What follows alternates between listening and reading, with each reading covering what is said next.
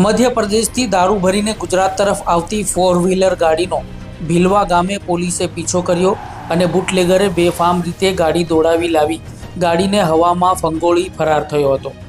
દાહોદ જિલ્લાના ગરબાડામાં બુટલેગર અને પોલીસ વચ્ચે મધરાત્રે હાઈ વોલ્ટેજ ડ્રામા સર્જાયો હતો, જેમાં મધ્યપ્રદેશથી ગુજરાતમાં દારૂ ઘુસાડવાનો બુટલેગરનો મંસૂબો ગરબાડા પોલીસે ધૂળમાં મેળવી દીધો છે।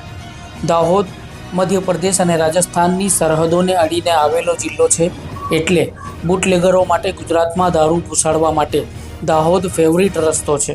પરંતુ ગઈકાલે રાત્રે ગરબાડા પોલીસની પેટ્રોલિંગે આ રસ્તાને બુટલેગર માટે ડેડ એન્ડ બનાવી દીધો।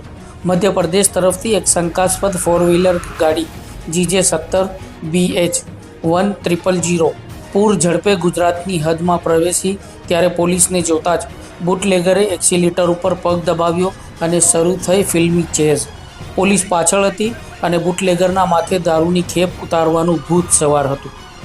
ભીલવા ગામ નજીક ગાડીની સ્પીડ એટલી બેફામ હતી કે ચાલકે સ્ટીયરિંગ પરથી કાબુ ગુમાવ્યો અને ધડાકાભેર ગાડીએ પલટી મારી અને રસ્તાની સાઈડમાં ખાબકી।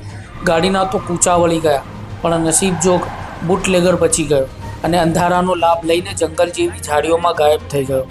અકસ્માત એટલો ભયંકર હતો કે ગાડીને રસ્તા પર લાવવા માટે ગરબાડા પોલીસે JCBની મદદ લેવી પડી હતી।